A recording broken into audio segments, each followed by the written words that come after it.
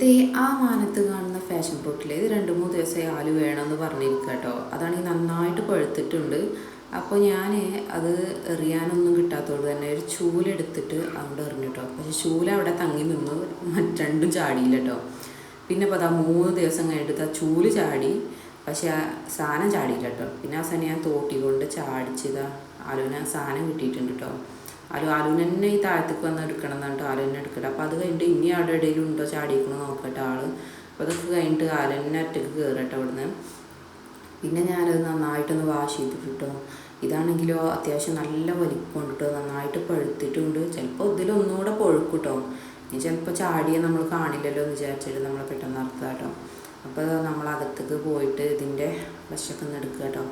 നമ്മൾ ഇതിലേക്ക് അങ്ങനെ പഞ്ചസാര ഒന്നും ചേർക്കാതെ കേട്ടോ കഴിക്കൽ. ഇതന്നെ ഇങ്ങനെ തന്നെ കഴിച്ചാൽ നല്ല മധുരം ഉണ്ടാവും കേട്ടോ.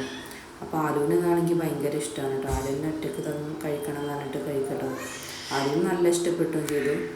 അതിനിടയിൽ സ്പൂണൊന്നും വേണ്ടെന്ന് പറഞ്ഞിട്ട് വായ കൊണ്ട് തന്നെ കഴിക്കുന്നുണ്ട്. അപ്പോൾ ഞാൻ സ്പൂൺ പിന്നെ അവൾക്ക് തന്നെ കൊടുത്തിട്ടോ. ഞാൻ കുറച്ച് ഞാനും അതിൻ്റെ ഇടയിൽ എടുത്ത് ടേസ്റ്റ് ചെയ്യുന്നുണ്ട്. നല്ല മധുരം ഉണ്ട് കേട്ടോ, മധുരമൊന്നും ഇടാതെ തന്നെ. അപ്പോൾ ഞങ്ങൾ 2 പേര് ഇരുന്നിട്ട് ഇത് മൊത്തം കഴിച്ചു കേട്ടോ. ഇതിൽ അത്യാവശ്യം നല്ല ക്വാണ്ടിറ്റി ഉണ്ടായിരുന്നു കേട്ടോ.